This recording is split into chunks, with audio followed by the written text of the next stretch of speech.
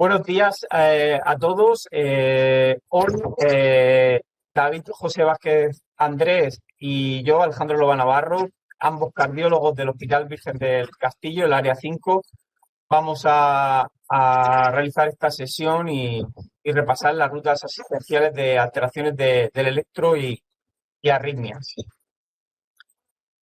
Yo voy a dar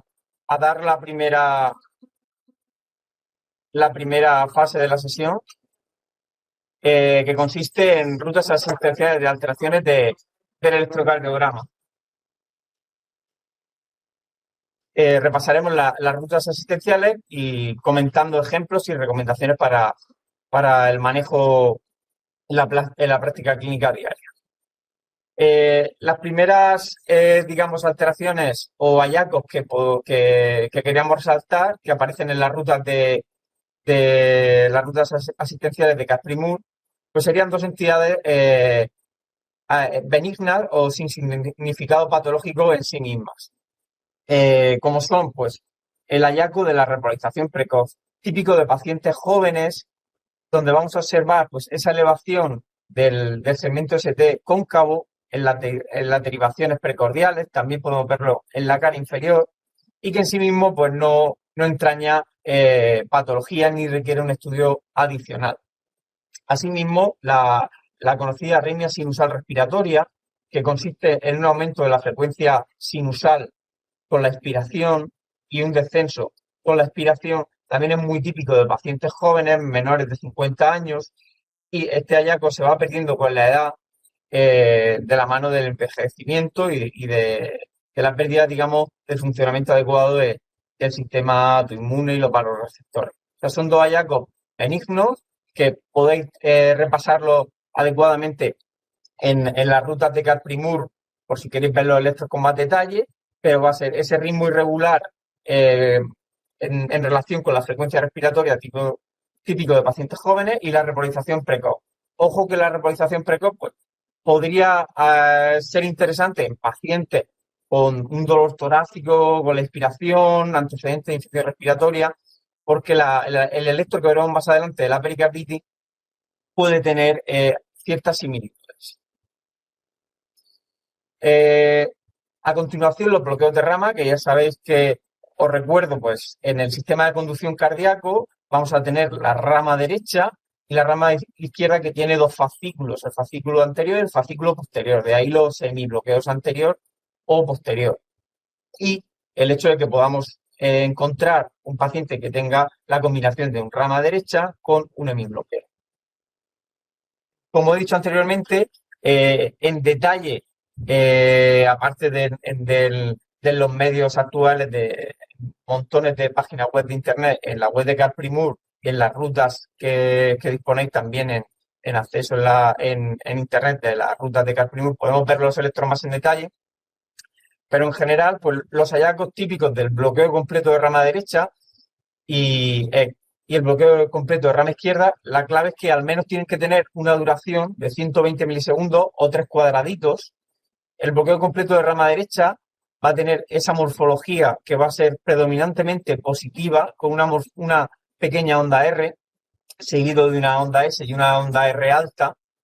Y en la derivación, sobre todo V6, y las derivaciones 1 y AVL, vamos a ver al final del QRS una onda S ancha. ¿Vale? Los bloqueos incompletos simplemente van a ser pues una morfología que nos sugiere o es parecida al bloqueo completo, pero no llega a alcanzar esos 120 milisegundos indispensables para el diagnóstico. El bloqueo de rama izquierda, a diferencia del de la derecha, en la derivación V1 será predominantemente negativo y predominantemente positivo en V6.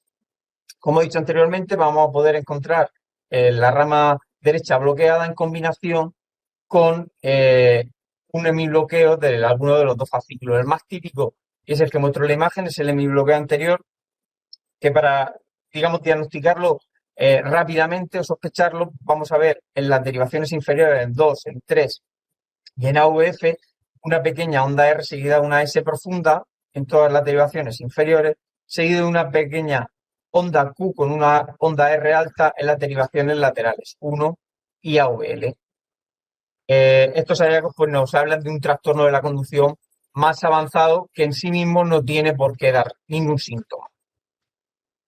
Entrando digamos, el protocolo de las rutas asistenciales, siempre que nos encontremos ante la sospecha de un bloqueo completo, será muy importante realizar una anamnesis completa debido a que a que este hallazgo pues, puede entrañar patología estructural, desde miocardiopatías, afectación del ventrículo derecho secundario a patología eh, pulmonar, como es una hipertensión pulmonar en un paciente POC. También, en gran parte de los casos, o en muchos casos, no entrañará una cardiopatía estructural. Entonces, ¿cuál va a ser nuestro modo de actuación, ¿no? En pacientes con bloqueos incompletos, en general, salvo que tengamos algún dato en la historia que nos haga sospechar que hay una cardiopatía de base por síntomas o antecedentes familiares, no habrá que hacer estudio adicional si la anamnesis, la exploración física y el electro pues no nos hace ni nos sugiere ninguna otra alteración. Si el electro cumple criterios de bloqueo completo y el paciente tiene algún síntoma como disnea, dolor torácico, síncope, palpitaciones, en ese caso pues deberemos seguir las rutas ya preestablecidas de cada uno de estos síntomas guía.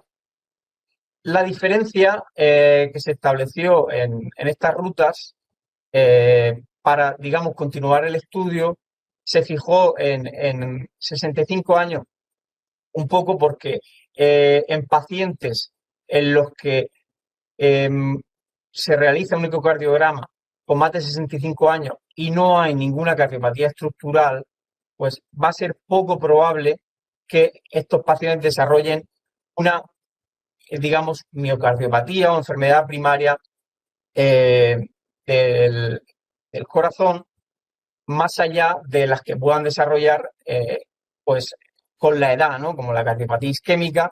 Por eso, los mayores de 65 años habitualmente se solicitará un estudio con ecocardiografía y si no hay ninguna alteración significativa, como podéis observar aquí abajo, que las alteraciones no significativas pues, van a ser la dilatación de la aurícula de manera ligera, una hipertrofia ventricular ligera, alteración de la relajación, valvulopatías leves, movimiento paradójico del septo o una sincronía interventricular no significativas. Esas alteraciones, pues en general no van a requerir una evaluación por cardiología ni un seguimiento posterior.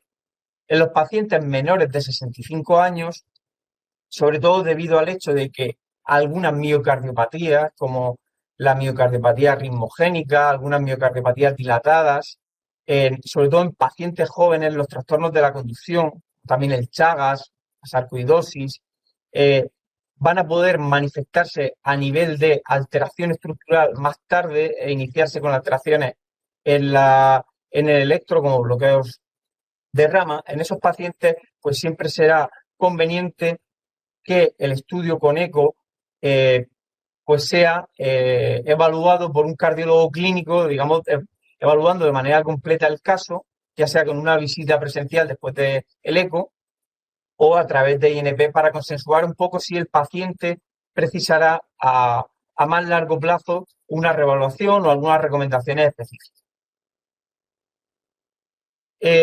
Como segundo, bueno, ya tercer punto, el crecimiento de cavidades, que pues podéis observar los electros más detalladamente, porque aquí a lo mejor se ven más pequeños en el PDF de la ruta Calprimur, pero bueno, en general los crecimientos ventriculares izquierdos se van a manifestar con una onda R alta en las derivaciones precordiales izquierdas, V4, V5, V6, ves ahí una onda R muy alta, que vamos a poder aplicar. Hay bastantes criterios, el más conocido quizás es el Sokolov Lion, una onda R en V5 o V6 mayor junto con la suma de la onda S en V1 mayor de 35 milímetros, una onda R alta, como observamos aquí, de más de 11 milímetros. Cada cuadradito es 1 milímetro, ¿vale?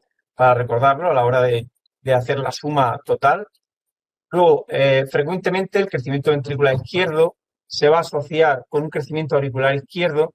Los criterios diagnósticos pues, van a ser esa onda P con dos bifásicas en cara inferior, que va a tener un componente terminal en V1 y en general pues lo vamos a observar en pacientes con hipertensión, estenosis aórtica, diversas valvulopatías que van a dar estas manifestaciones. El crecimiento ventricular derecho, como muestra el electro, pues va a ser un componente de la onda R, digamos, muy precoz, desde V1, V2, a diferencia de como vemos en el crecimiento ventricular izquierdo. Estas son las derivaciones precordiales derechas y, pues, digamos, lo que nos debe hacer sospechar este crecimiento ventricular derecho va a ser esas ondas R altas en V1, V2, con unas ondas S más profundas en V5 y V6. Casos, pues, miocardiopatías propias del ventrículo derecho, ventrículos que se hipertrofia secundaria, de manera secundaria a una hipertensión pulmonar, y pues también van a ir frecuentemente asociados con crecimientos auriculares derechos, típico también de las estenosis mitrales. En la cara inferior, los criterios pues que nos van a hacer sospechar un crecimiento auricular, en este caso derecho, va a ser una onda P alta, picuda, en la cara inferior, como vemos en el electro. Si en un paciente de manera casual o ante síntomas que nos hagan sospechar cardiopatía,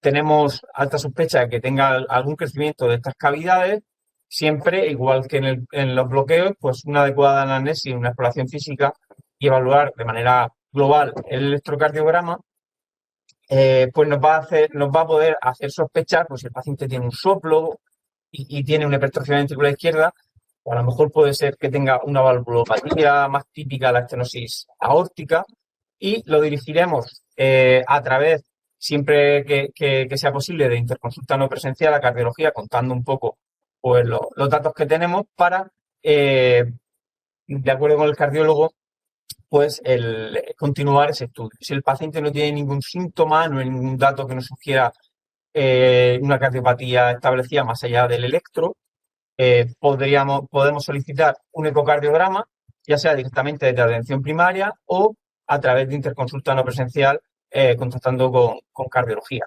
E igualmente, pues si no hay ninguna alteración más allá de las que comenté anteriormente, que en este caso, pues una dilatación auricular ligera, una leve hipertrofia del ventrículo izquierdo, pues no habrá que hacer, digamos, ningún estudio adicional más allá pues de las recomendaciones de pues, un adecuado control tensional si el paciente es hipertenso, dieta mediterránea, ejercicio, pues todas las recomendaciones de vida saludable que al final pues van a repercutir a largo plazo en el paciente. Otra de las alteraciones del electro típicas que podemos encontrar son la presencia de ondas Q o esa falta de onda R, que al final pues es una falta de miocardio que nos están visualizando esas derivaciones. ¿Cuándo una onda Q es patológica? Pues por definición, cuando tiene 1 milímetro de anchura por 2 milímetros de profundidad. Esas van a ser los criterios más comunes de la onda Q patológica. También si tiene una altura o profundidad de al menos el 25% del QRS, pues también lo tenéis ahí en los criterios. Una onda Q aislada en 3 va a ser un hallazgo bastante común, que a veces también va acompañada de una onda T negativa y no tiene ningún significado patológico. Otra cosa es una onda Q en todas las derivaciones inferiores, 2, 3 y AV, que en ocasiones, o sea, siempre vamos a estar, digamos, obligados a hacer un ecocardiograma para descartar una alteración en la cara inferior del ventrículo izquierdo, pero un hallazgo típico es que el eco no tenga alteraciones y suele verse o podría verse en, sobre todo, varones con obesidad central. Causas típicas de ondas Q patológicas: el infarto de miocardio, una hipertrofia ventricular, una miocardiopatía hipertrófica, la preexcitación, como veremos ahora en los ejemplos más adelante. Digamos, el protocolo sigue igual, la ruta. En caso de síntomas, siempre atenderemos o buscaremos en las guías qué debo hacer o qué se recomienda en caso de un dolor torácico en las rutas consensuadas, o si el paciente tiene antecedentes de palpitaciones. Seguiremos las rutas que ya están preestablecidas y que se comentarán o se habrán comentado en otras sesiones.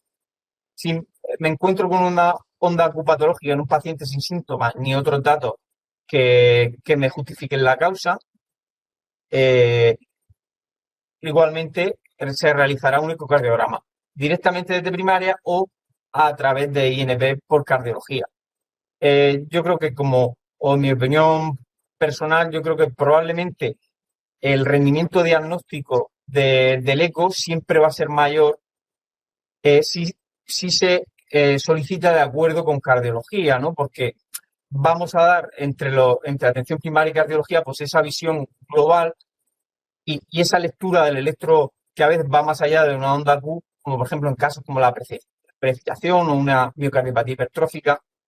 Por eso, pues bueno, ese estudio en global, aunque sea de manera no presencial del caso y en combinación con el ecocardiograma, pues probablemente aumente el rendimiento diagnóstico y haga que algunas patologías incipientes o que no muestran muchas alteraciones en el eco, pues eso, se vea aumentado el rendimiento diagnóstico.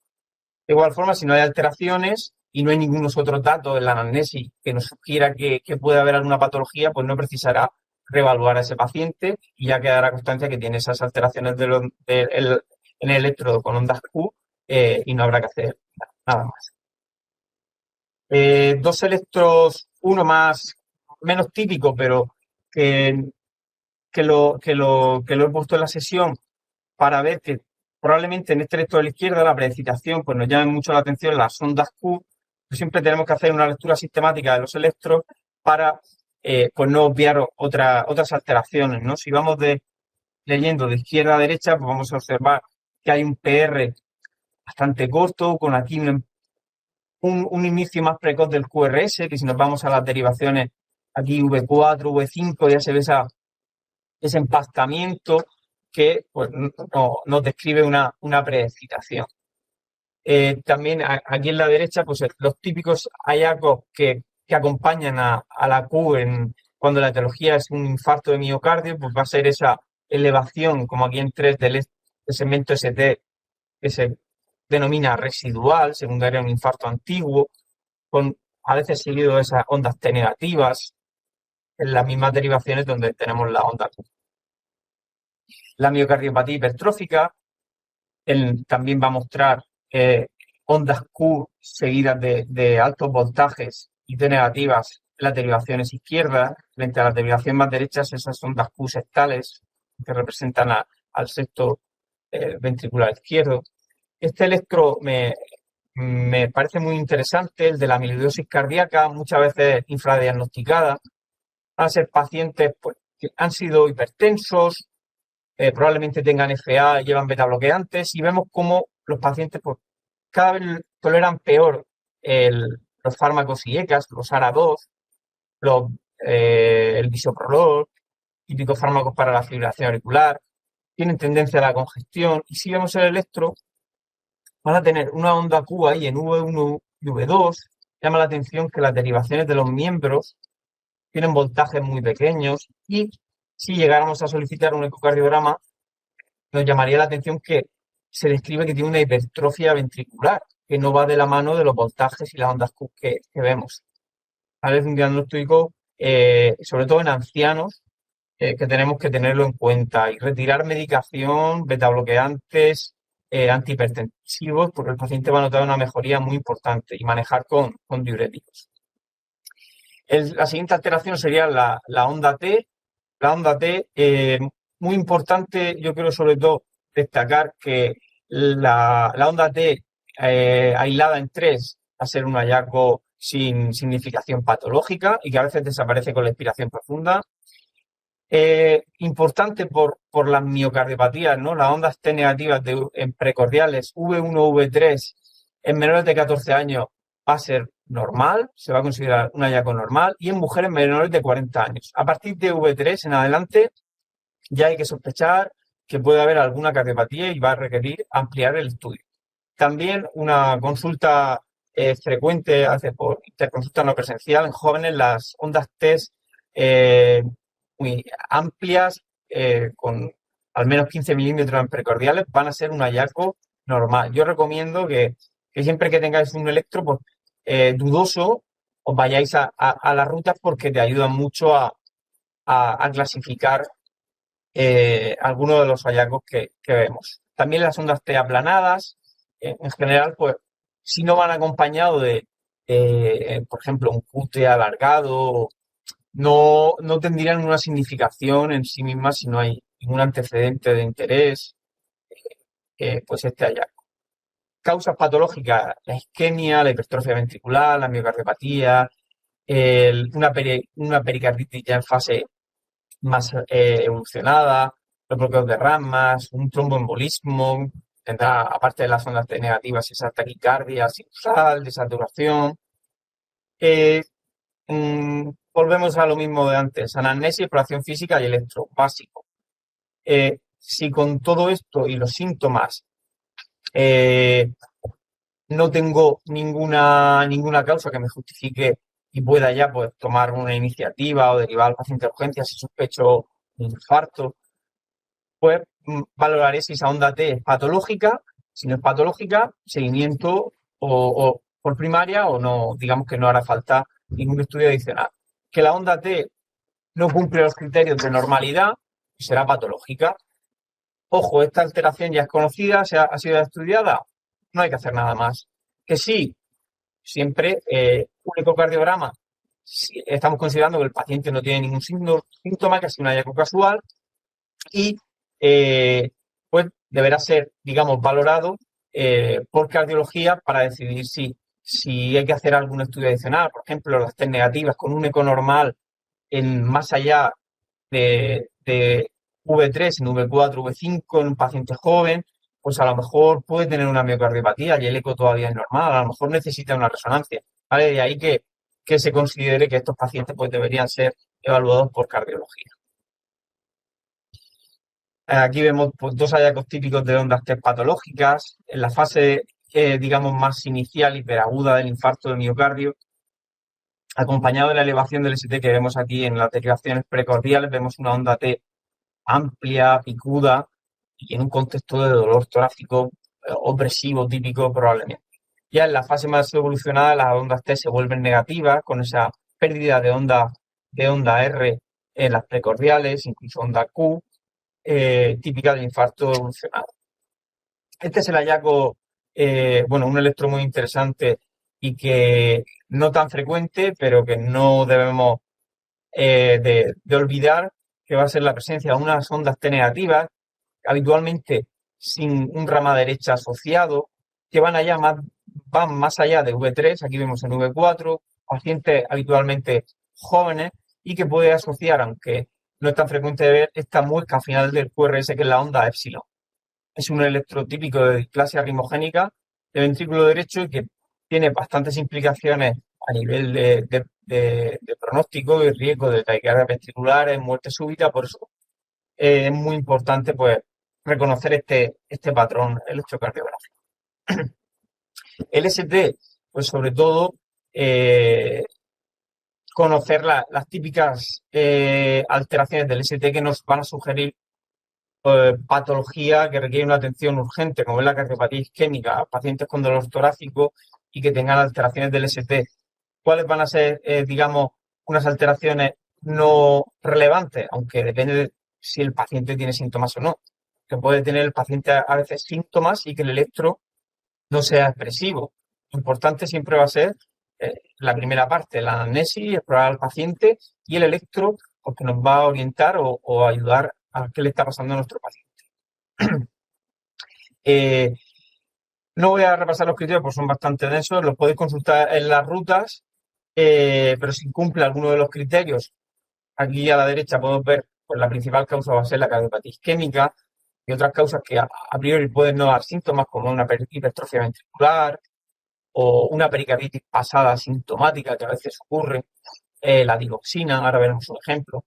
Y lo mismo que el anterior. Si el paciente no tiene ningún síntoma y el electro, el ST cumple criterios de ser patológico, ha sido estudiado ya, que lo podremos ver si tiene algún informe de cardiología, podremos consultarlo, pues no precisará ampliar estudios. En caso contrario, va a precisar, si el paciente no tiene ningún síntoma, ver ese corazón con un ecocardiograma para ver un poco si se puede justificar o es relevante este hallazgo que hemos visualizado en el electro.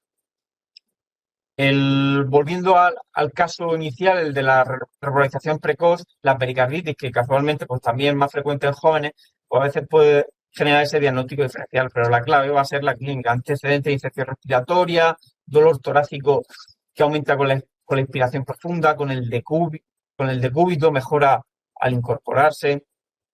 El típico electro va a ser un electro con una elevación generalizada del ST, una elevación cóncava y un hallazgo muy típico va a ser el descenso del ST, el segmento ST, que normalmente pues, es isoeléctrico, va a tender a mirar hacia abajo y también va a ser positivo, podéis ver como este abombamiento del ST hacia arriba en AVR.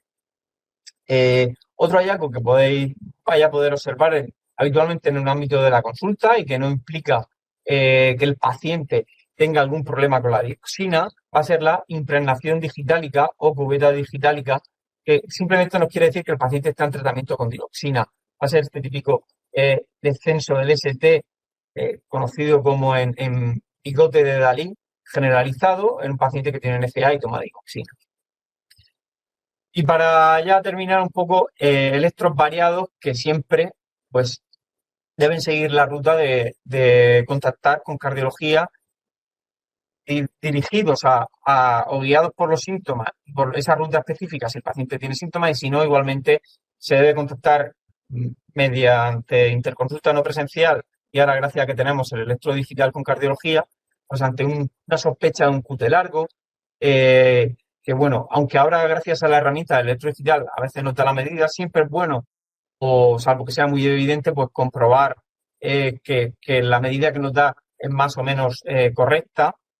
Vamos a medir desde el inicio del QRS hasta el final de la onda T. El final de la onda T tiene el mecanismo más habitual de medirlo, que puede ser un poco más o menos complejo, que es la tangente. El punto final de la onda T lo marca la tangente de la onda T con la línea isoeléctrica y luego pues, debemos corregirlo con habitualmente la fórmula de bases que yo creo que más o menos pues hay calculadoras tanto en las aplicaciones móviles como en internet para corregirlo ajustado a la frecuencia. Y me gustaría, para terminar, comentar el electro del Brugada, el que va a diagnosticar el síndrome de Brugada va a ser esta morfología típica de V1 y V2, esa elevación del punto J, que es el punto final del QRS, seguido de una onda T negativa, esta elevación de al menos 2 milímetros. Y a veces vamos a tener un electro que parece que nos sugiere, pero no lo vemos claro. Pues yo creo que sería conveniente y nos puede aumentar el rendimiento de diagnóstico antes de comentarlo con cardiología, volver a realizar, porque ya se ha demostrado que al subir los electrodos V1 y V2 al segundo espacio intercostal, va a aumentar o va a desenmascarar un posible electro compatible con Brugada tipo 1, con el patrón tipo 1. Yo creo que por mi parte, muchas gracias por la atención y le voy a dar a mi compañero David el mando para que siga con la sesión.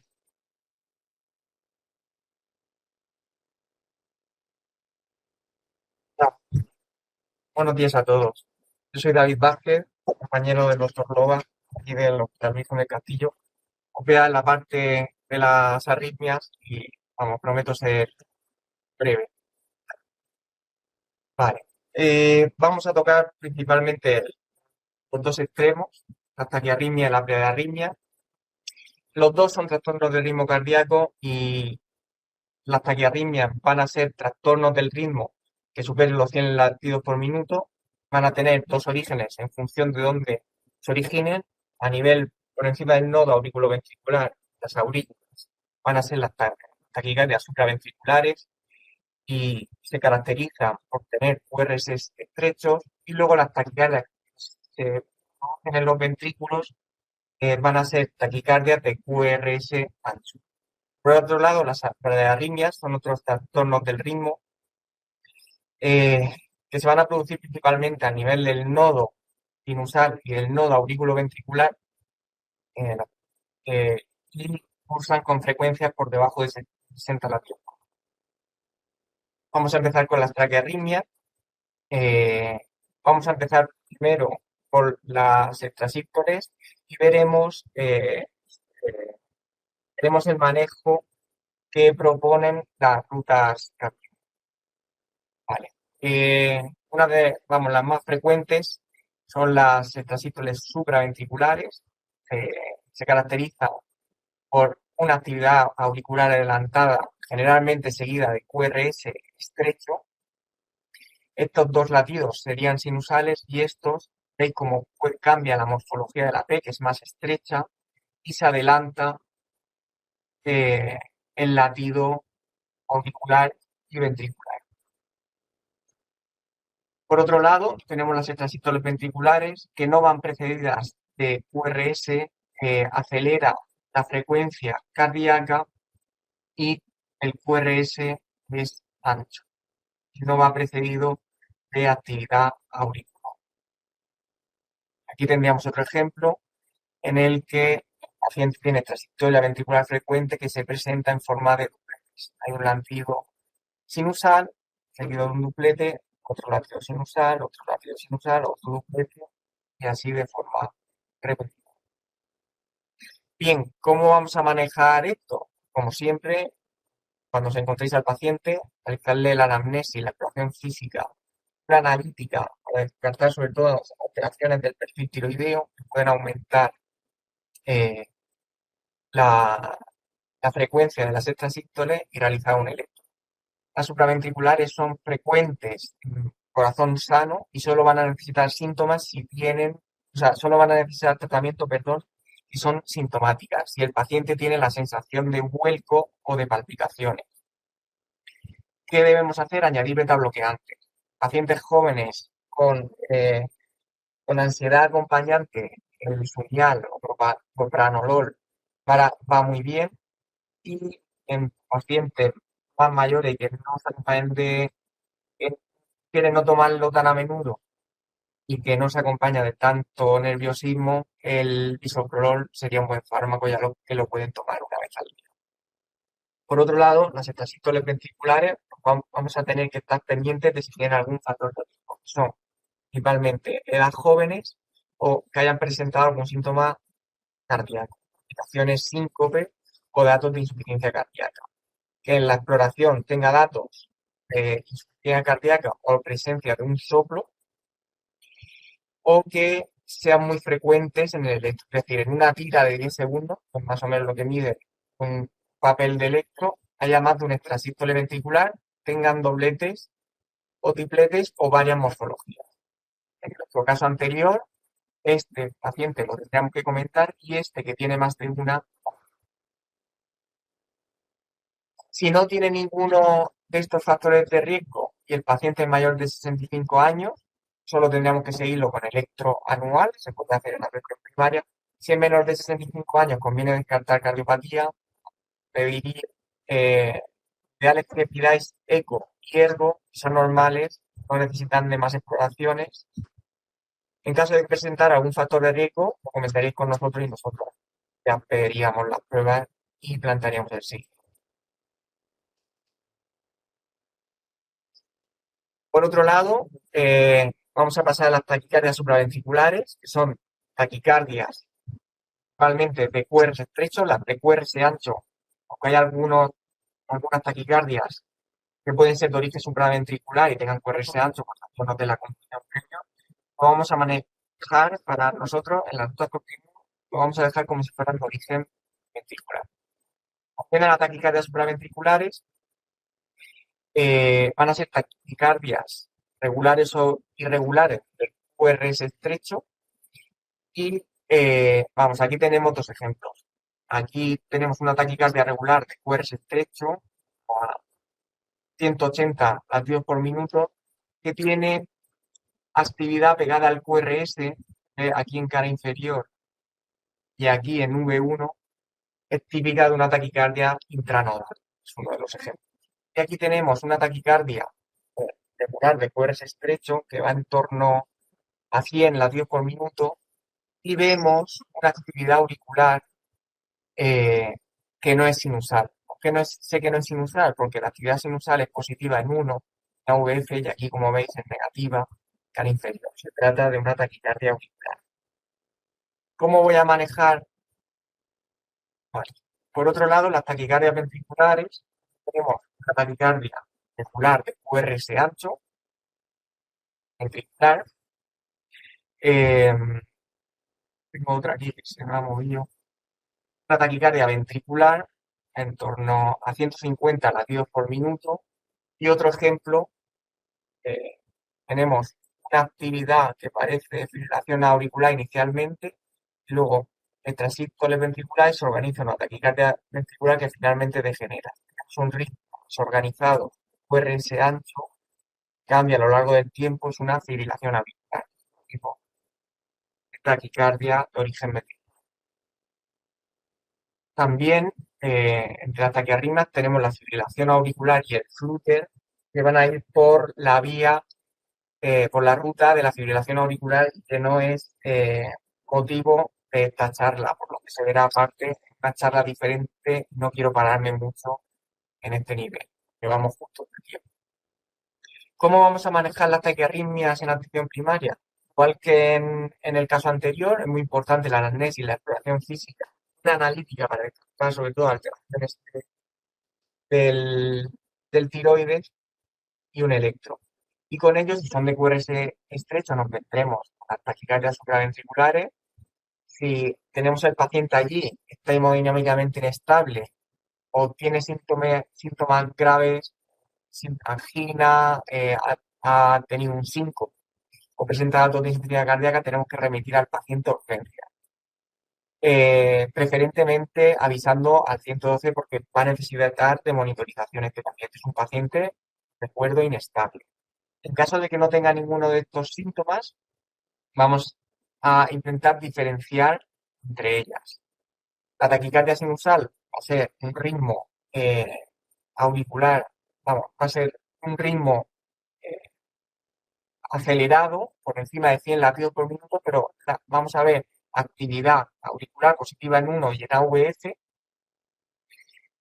y tendremos que descartar causas secundarias, principalmente ansiedad, que el paciente tenga fiebre, hipertiroidismo, que tenga datos de TEP, disnea, febrícula, dolor torácico, pleurítico, que el paciente tenga anemia o datos que nos sugieran un feocrimocytoma, episodios de sofoco, hipertensión, y tendremos que tratar la causa. La taquicardia sinusal no es patológica per se, pero nos dice que algo está ocurriendo. De hecho, es la taquicardia más frecuente que vemos tanto en atención primaria como en una planta de hospitalización de cardiología. Si tenemos fibrilación auricular, tenemos las rutas asistenciales de fibrilación auricular, que se tratará en otra charla, que no voy a parar. Tenemos taquicardias como las previas, taquicardias regulares de QRS estrecho, y el paciente no está inestable, haremos masaje del seno carotídeo. Si se quita, tendremos que comentarlo con cardiología para intentar o poner tratamiento profiláctico o darle un tratamiento definitivo o la ablación al paciente. En caso de que el masaje del seno no sea efectivo, tendremos que remitir al paciente a urgencia, que hay que quitar la taquicardia. No me voy a parar en la ruta de fibrilación auricular, simplemente que conozcáis que están en las rutas asistenciales CAR-PIMU y que tienen un manejo opuesto. Finalmente vamos a pasar a las bradiarritmias, que aquí tenéis los ejemplos que aparecen en las rutas asistenciales CAR-PIMU. Las más frecuentes son la disfunción sinusal, la que eh, tenemos, vamos a tener un ritmo sinusal y de vez en cuando vamos a tener la falta de una onda P, y luego vamos a tener los bloqueos auriculoventriculares que lo traeré, vamos, os he puesto ejemplo más adelante. La, la bradiarritmia más frecuente que vamos a tener es la bradicardia sinusal. Tenemos una P seguida de un QRS, pero con un ritmo ventricular muy lento. En caso de que, esto lo diremos más adelante, vamos, la bradicardia sinusal general no tiene significado patológico y tenemos que comprobar que aumenta con el esfuerzo. Una técnica sería hacer al paciente que quiera alguna actividad, como mover las piernas, incluso con los electrodos puestos, para ver que la frecuencia sube. Si la frecuencia sube y el paciente es asintomático, necesitaría mayor actuación. Luego vamos a tener el bloqueo auriculoventricular de primer grado. En este caso, como veis, el paciente no está bradicárdico, pero sí que es un trastorno en la conducción relativamente frecuente, en el que se produce un retardo a nivel del nodo auriculoventricular y se, se describe por una eh, intervalo PR más de 200 segundos, típico de pacientes que tienen una actividad vagal muy frecuente o pacientes en tratamiento con betabloqueantes y no, eh, el paciente en tratamiento con betabloqueantes no sería necesario cambiarle el tratamiento, sobre todo si lo lleva por cardiopatía isquémica o por insuficiencia cardíaca. Luego tenemos el, no sé por qué ha salido antes. Este es vamos, aquí vemos una actividad auricular seguida de QRS con un PR normal y de pronto una P no conducida. Esto sería un auriculoventricular de segundo grado tipo OVIC 2. Y aquí vemos una actividad auricular disociada de los QRS más Ps que QRS. Esto nos dice que estamos ante un bloqueo de tercer grado. No conduce nada de las aurículas a los ventrículos y tenemos un ritmo de escape ventricular muy lento. ¿Cómo vamos a manejar estos pacientes? Igual, empezamos con anamnesis, exploración física, analítica y electro. En este caso, lo que queremos descartar son sobre todo alteraciones electrofísicas. Si tenemos al paciente allí y el paciente está inestable, no tenemos que mirar nada. Si ha tenido síncope, insuficiencia cardíaca, no hay que mirar nada. Hay que remitir al paciente a urgencias. Si el paciente está asintomático y no tiene ningún dato de mal pronóstico, como frecuencias cardíacas bajas, un bloqueo tipo MOVIC 2 o un bloqueo de tercer grado, y no tengo dudas con el electro, habrá que estudiar causas. Pues si es un bloqueo de primer grado, está visto con beta bloqueantes y por lo que sea, por ejemplo, tiene una gastrostomía abdominal y por eso está más lento y tiene un bloqueo de primer grado. En caso de que tengamos dudas con el electro o el paciente tenga algún síntoma, tenemos que comentar al paciente con cardiólogo para ver si necesita un mayor estudio. Los pacientes con bloqueo de primer grado, como he dicho, la bradicardia sinusal, el bloqueo MOVIC, ¿no? Lo tenéis aquí, lo tenéis aquí, que es prolongación progresiva el PR hasta que una P no es conducida, frecuente en pacientes deportistas y en pacientes mayores con un enlentecimiento mayor a nivel del nodo. Si están asintomáticos no van a precisar tratamiento. Es importante hacer una buena anamnesis en pacientes que han tenido síncope, porque si el síncope es claramente de origen vasovagal, tiene una frecuencia normal, no precisa ser remitido a cardiología. Y esto sería todo. Gracias por la atención.